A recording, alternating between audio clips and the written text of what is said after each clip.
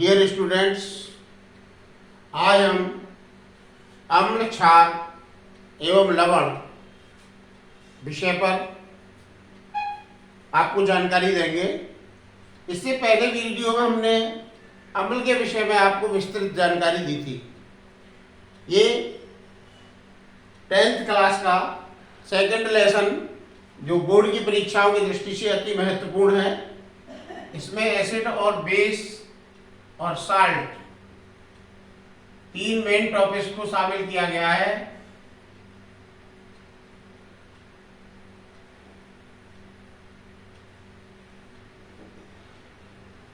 अम्ल के बारे में हमने आपको उस दिन बताया था कि प्राचीन अवधारणा के अनुसार जो प्राचीन काल से बाद मान्यता अम्ल के विषय में थी वो ये थी कि अम्ल साधारणतः स्वाद में खट्टे होते हैं, उनका स्वाद खट्टा होता है,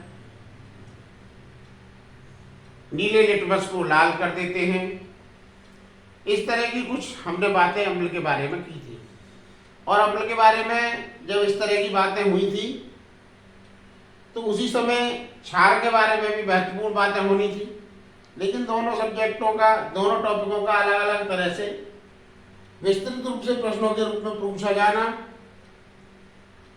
आपके ज्ञान को उसमें मिक्स कर देता है। इसलिए मैंने आज आपके लिए क्षारक यानी बेस के बारे में ये वीडियो बनाया है।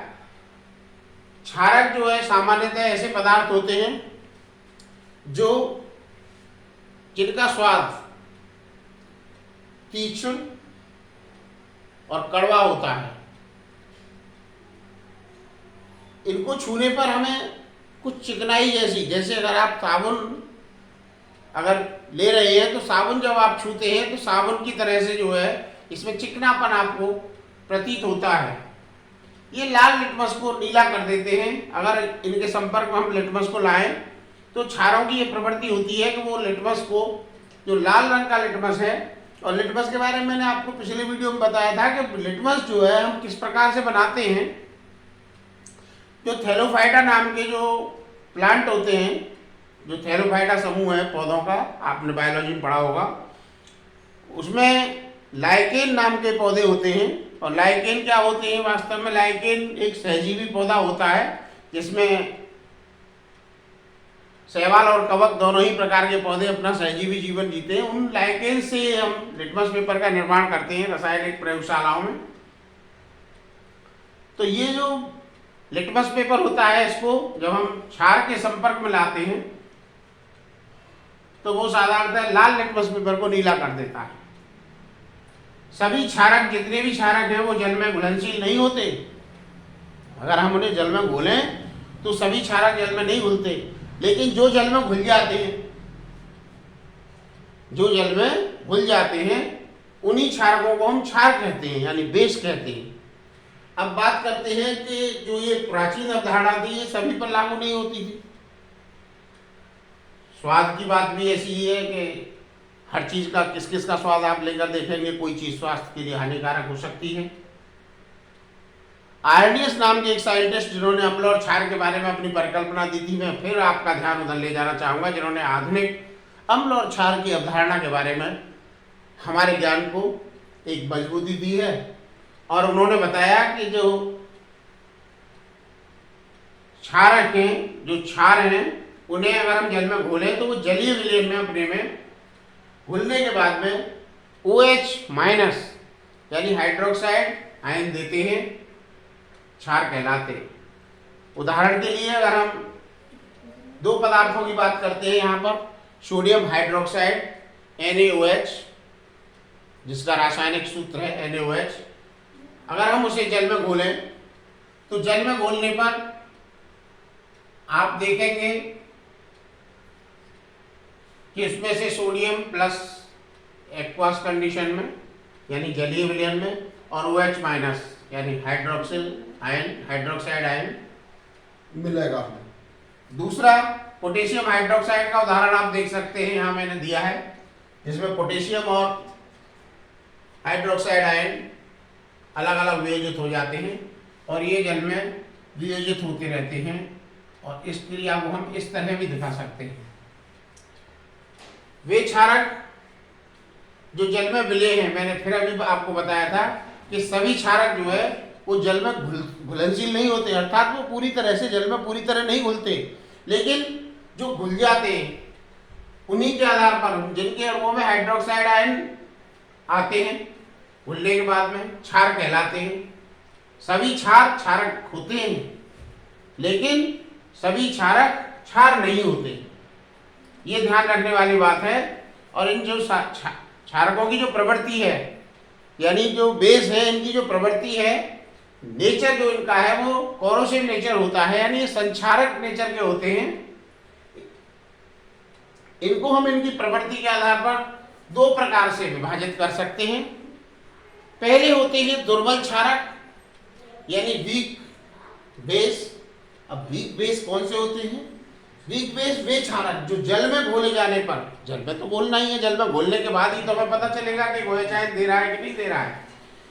तो OH आयन और धनायनों में आंशिक रूप से वियोजित हो जाते हैं, यानी पूरी तरह से वियोजित नहीं होते। ये बात ध्यान रखने की है कि जो आपका वीक बेस है वो कौन सा है? जो पूरी तरह से कंप्लीटली आयोनाइज्ड नहीं हो रहा है। आयन तो बन रहे हैं लेकिन पूरी तरह वियोजित नहीं हो रहा है। ऐसे क्षारक दुर्बल क्षारक कहलाते हैं। इनकी कैटेगरी में, यानी इनके एग्जाम्पल के रूप में अगर आप देखें तो एल्युमिनियम हाइड्रोक्साइड का मैंने यहाँ एग्जाम्पल लिखा है, AlOH का whole thrice, Al3+ + 3OH- hydroxide ion, aluminium ion, यानी दो तरह के आयनों में ये टूट जाता है, लेकिन ये पूरी तरह से आयनों में नहीं टूटता है, इसलिए हम इसको दुर्बल क्षारक की श्रेणी में रखते हैं। इसी प्रकार से इसी कैटेगरी का दूसरा एक और एग्जाम्पल आप यहाँ ले सकते हैं, NH4OH है, NH4OH, नाम आपको याद होगा, अमोनियम हाइड्रोक्साइड, और you can dissociate NH4 + OH-। तो ये इस तरह से, और इनको भी यहाँ पर आप इसकी कंडीशन भी दिखाएंगे यानी एक्वस कंडीशंस में रहेगा। ये दुर्बल क्षारक का एक एग्जाम्पल है। इसके बाद दूसरी तरह के जो क्षारक होते हैं वो होते हैं प्रबल, यानी स्ट्रॉन्ग। स्ट्रॉन्ग बेस कौन से होते हैं उनकी बात जब हम करते हैं तो जो जिस प्रकार से हमने आपको अम्ल और अम्ल के विषय में बताया था कि प्रबल अम्ल और दुर्बल अम्ल, उसी तरह से बिल्कुल यहाँ उसी का मिलता जुलता रूप है। पूर्णतया विभजित होकर के, आयनित होकर के पूरी तरह से आयनाइज्ड हो जाते हैं और OH- आयन यानी हाइड्रोक्साइड आयन देते हैं ये। जैसे पोटेशियम हाइड्रोक्साइड, इसका एक एग्जाम्पल आप देख सकते हैं। पोटेशियम हाइड्रोक्साइड का मैंने एग्जाम्पल यहाँ लिखा है, पोटेशियम हाइड्रोक्साइड और sodium hydroxide. When we dissolve in water, it gives sodium positive ion and hydroxide negative ion in aqueous conditions। दूसरा एग्जाम्पल पोटेशियम हाइड्रोक्साइड का, पोटेशियम + हाइड्रोक्साइड - आयन। ये इक्विलिब्रियम की स्थिति हम इसमें इसलिए दिखाते रहते हैं क्योंकि ये जो क्रिया है ये निरंतर चलती रहती है जब जलीय अवस्था में होते हैं ये। तो इस तरह से ये प्रबल अम्ल, प्रबल क्षारक और दुर्बल क्षारक की बात हमने की। अब हम इनकी थोड़ी सी आप दैनिक जीवन में, क्योंकि हम ये जितने भी पदार्थों के बारे में हमने अभी तक बातें की हैं, चाहे वो अम्ल हो या क्षार हो, इसमें दो ही प्रकार के अभी हमने लिए हैं। तो इस जो यूज है इनके, जो क्षारकों के जो उपयोग हैं उनके उपयोग की बात करते हैं हम। तो क्षारक मुख्य रूप से आपने देखा होगा कास्टिक सोडा, यानी जिसका फॉर्मूला सोडियम हाइड्रोक्साइड NaOH, इसकी भी मैंने बात की थी इधर यहाँ, और कास्टिक पोटास, इन दोनों का ही उपयोग साबुन बनाने में, चाहे वो वॉशिंग क्लॉथ कपड़े धोने वाले साबुन हो या नहाने वाले साबुन हो।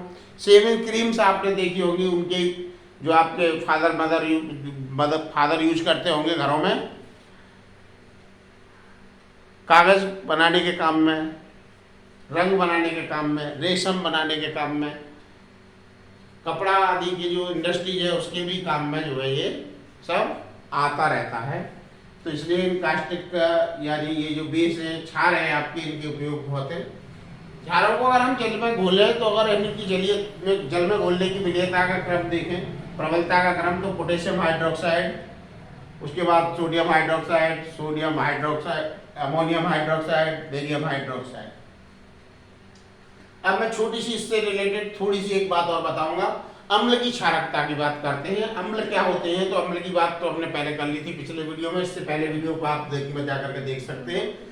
किसी भी अम्ल के एक अणु में उपस्थित प्रतिस्थापनीय हाइड्रोजन परमाणुओं की जो संख्या है उसे हम अम्ल की क्षारकता कहते हैं, यानी एसिडिटी ऑफ, वो बेसिसिटी ऑफ एसिड कहते हैं। इस प्रतिस्थापनीय हाइड्रोजन परमाणुओं की संख्या के आधार पर ही हम इन्हें मोनोबेसिक, डाइबेसिक और ट्राइबेसिक की सीरीज में 3 प्रकार से हम इन्हें विभाजित कर लेते हैं। अगर हम इनके परमाणुओं की संख्या के आधार पर देखें तो CH3COOH यानी acetic acid, HCl hydrochloric acid, HNO3 nitric acid, ये तीनों ही एसिड जो है हमारे मोनोबेसिक एसिड की श्रेणी में आते हैं। इनकी जो बेसिसिटी है वो इस कैटेगरी में आती है, मोनोबेसिक वाली में।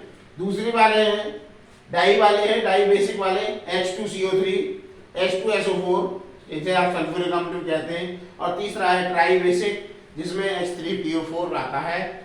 उसके बाद में हम अगली बात करते हैं, जो क्षारक हैं उनकी भी अम्लीयता होती है, यानी क्षारक में भी अगर किसी क्षारक के अणु की अगर हम बात करें तो उसमें उपस्थित जो प्रतिस्थापनीय हाइड्रोक्सिल आयन की संख्या है उसको हम उस क्षारक की अम्लीयता कहते हैं। इनके आधार पर भी इनको भी इसी प्रकार से हम, जैसे हमने इनको बांटा है, उसको भी 3 प्रकार से हम बांटते हैं, मोनो, डाई और ट्राई। और मोनो की बात करें तो इसमें सोडियम हाइड्रोक्साइड, पोटेशियम हाइड्रोक्साइड और अमोनियम हाइड्रोक्साइड। डाई की बात करें तो कैल्शियम हाइड्रोक्साइड, मैग्नीशियम डाइहाइड्रोक्साइड।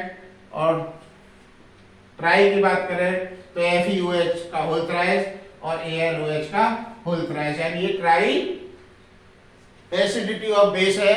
तो इसके आधार पर हम अपने क्षारक वाले टॉपिक को हम कंप्लीट कर सकते हैं। इससे अगली वीडियो में हम आपको इनके और अधिक जानकारी देंगे। इसका लिंक अगली वीडियो का मेरे डिस्क्रिप्शन में आपको मिल जाएगा। ML शर्मा,